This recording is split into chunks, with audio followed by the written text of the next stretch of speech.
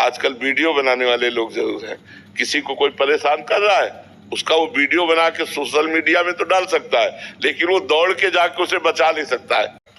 अंश कहने मात्र का होता है। जैसे गंगा जल से एक चम्मच लो तो गंगा जल, एक टैंकर भरो तो गंगा जल।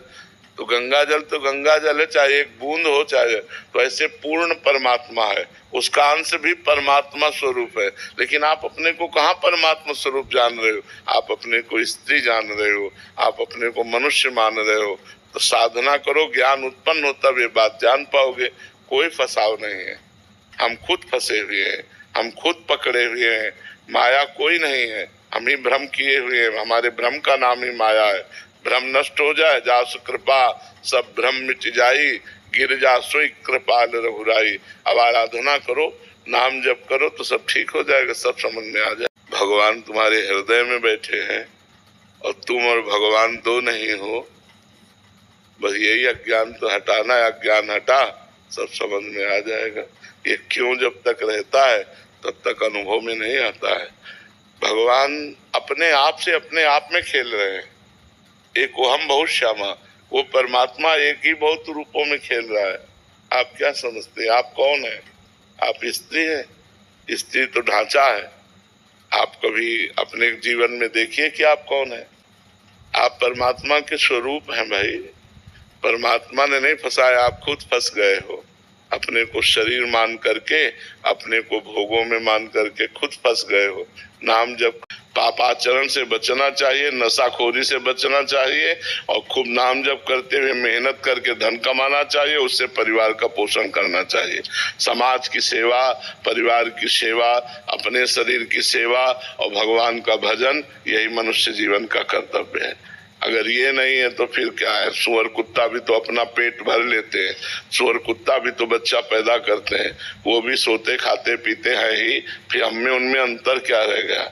हम समाज सेवा कर सकते हैं, हम दान पुण्य कर सकते हैं, हम धर्म से चल सकते हैं, हम भगवान का नाम जप कर सकते हैं, मेहनत से धन कमा के परिवार का पोषण कर सकते हैं। ऐसा करना चाहिए। एकमात्र श्री भगवान से अपना संबंध बस हो गया। फिर क्या है? फिर तो निष्ठा बढ़ती चली जाएगी। फिर तो जैसे गोपीजन कहती है, कान भय प्राण में और प्राण भय कान में, ये में ना जान पड़े कान है कि प्राण है। कैसी महा महिमामय स्थिति! कान भय प्राण में, प्राण भय कान में और उधो ये में ना जान पड़े कान है कि प्राण है। कान ही प्राण है, प्राण ही कान है। भगवान उनके प्राण बन गए, प्राण में भगवान हो गए।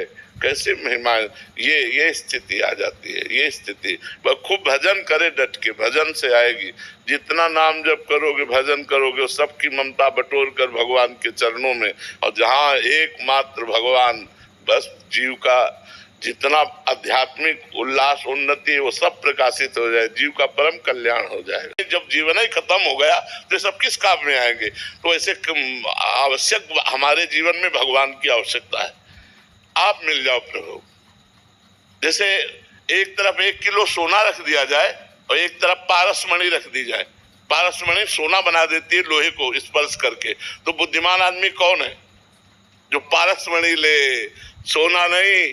क्योंकि वो तो 1 ही किलो सोना है और वो तो कुंतलों बना सकता है, टनों बना सकता है, क्योंकि उसके पास पारसमणि है। तो एक तरफ जगत है और एक तरफ जगदीश है।